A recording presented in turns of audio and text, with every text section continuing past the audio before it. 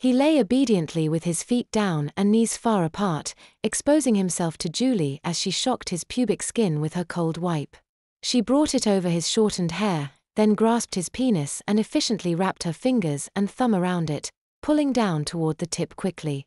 She cupped and wiped his scrotum, then quietly commanded, "Up." He raised his legs as he thought about how absurd this situation was. When he came to work yesterday, he would never have believed any of this. But, odd as it sounded, he was starting to trust Julie. Even though she had been, what was the word? Stern. With him yesterday, everything she had done since then had been reassuring. She kept emphasizing efficiency and service to patients. He believed strongly in these things, and had now seen that the two of them, working together, were a very good team. She had always seemed bright, witty, and compassionate, but the last 24 hours had seen her up her game with their patients. It was almost worth it. But wait. Surely it wasn't completely worth it. Lying naked in front of her was absolutely humiliating, he thought, as she threw away the first wipe and retrieved another fresh one, which, phew, was cold again, and drew it across his bottom.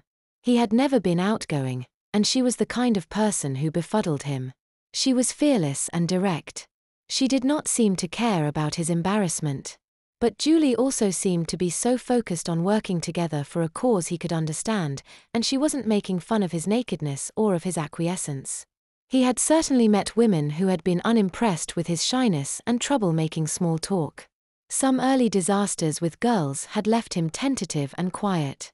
He counted himself lucky to have had a serious girlfriend in college and another in medical school. They had been even less outgoing than he, and he'd at least had some sexual experience.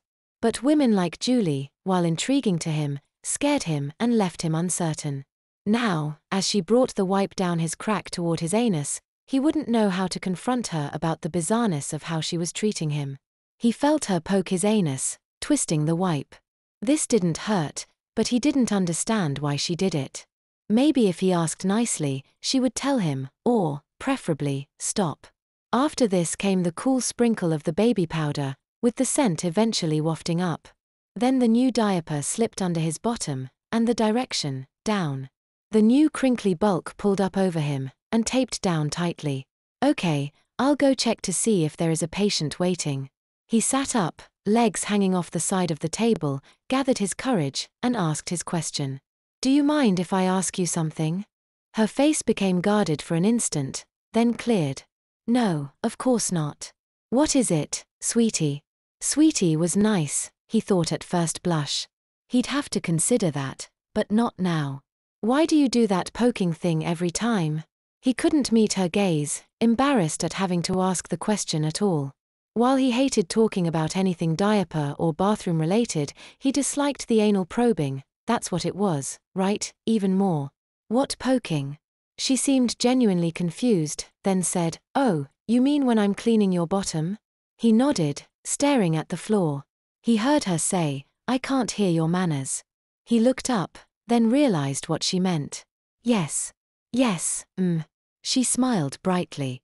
"That's much better. I love it when you're polite." She came back over and sat next to him.